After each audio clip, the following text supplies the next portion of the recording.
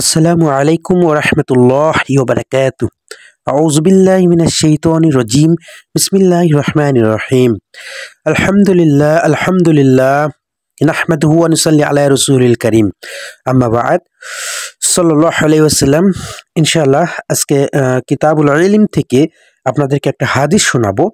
অত্যন্ত গুরুত্বপূর্ণ হাদিস এবং এই হাদিসটা আপনার শুনলে অবশ্যই আপনি মতবাদ চেঞ্জ হয়ে যাবে এবং আপনি সে হাদিসের উপর আমল করা তৌফিক দান করুক আল্লাহ।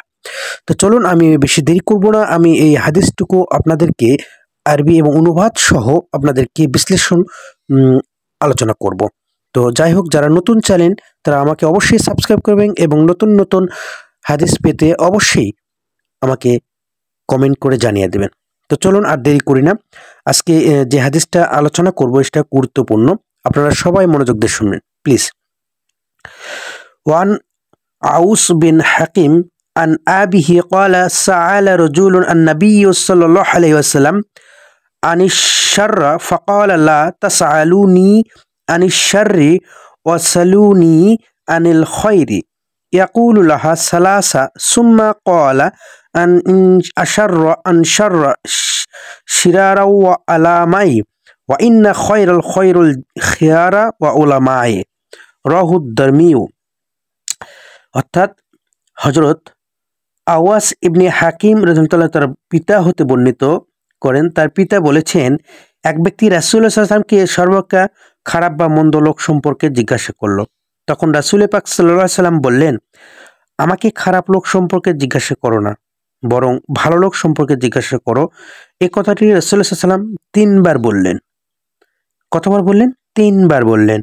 অতঃপর বললেন, সাবধান, সবচেয়ে খারাপ লোক হচ্ছে আলেমদের মধ্যে যারা মন্দ তারা, আর সবচেয়ে ভালো লোক হচ্ছে আলেমদের মধ্যে যারা ভালো তারা।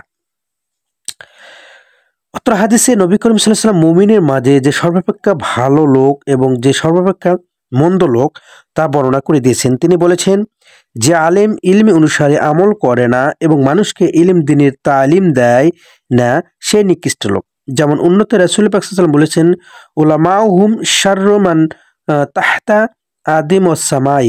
অর্থাৎ পক্ষান্তরে যে আলেম ইলম অনুসারে জীবন পরিচালনা করে এবং প্রচার করে সেই উত্তম লোক, কেননা মর্যাদা ইলিম ও আমল উভয়ের সমন্বয় হয়ে থাকে। মন্দ লোক সম্পর্কে জিজ্ঞাসা করা হতে নিষেধ করার কারণ কি? রাসূল সাল্লাল্লাহু আলাইহি ওয়াসাল্লাম এই কথা সর্বস্বীকৃত যে মন্দ লোকের পরিণতি অত্যন্ত ভয়াবহ, আর রাসূল পাক সাল্লাল্লাহু আলাইহি ওয়াসাল্লাম এর মুখে একবার তার কথা ঘোষিত হয়ে গেলে তা অবশ্যই হয়ে যাবে, অথচ আল্লাহ তাআলা ইচ্ছা করলে তাকে ক্ষমা করে দিতে পারেন। এই জন্য রাসূল পাক সাল্লাল্লাহু আলাইহি ওয়াসাল্লাম মন্দ লোক ও তার পরিণতি সম্পর্কে জিজ্ঞাসা করে নিষেধ করেছেন। পবিত্র কোরআনে মন্দ সম্পর্কে জিজ্ঞাসা করতে নিষেধ করা হয়েছে, যেমন আউযু বিল্লাহি মিনাশ শাইতানির রাজীম। বিসমিল্লাহির রহমানির রহিম। লা তাসআলু আন আশিয়াউ ইন তুবদু লাকুম ওয়া তাসউকুম ওয়া ইন তাসআলু আনহা হিনা ইয়ানাজ্জালুল কুরআন। অর্থাৎ যেহেতু মন্দ লোক পরিণত দুনিয়া ও আখিরাতের অত্যন্ত ভয়াবহ, রাসূল পাক সাল্লাল্লাহু আলাইহি ওয়াসাল্লাম পবিত্র মুখে মন্দ লোকের কথা একবার ঘোষণা করা হলো তা অবশ্যম্ভাবী হয়ে পড়ার আশঙ্কা রয়েছে, অথচ ইচ্ছা করলে তাকে ক্ষমা করে দিতে পারেন। তিনি হলেন রহমতের নবী, তাই মন্দ সম্পর্কে জিজ্ঞাসা করাকে তিনি পছন্দ করেননি। অন্যদিকে তিনি মানুষকে নিকট কল্যাণের বার্তা নিয়ে এসেছেন, তাই সম্পর্কে প্রশ্ন করায় তার কামনা ছিল।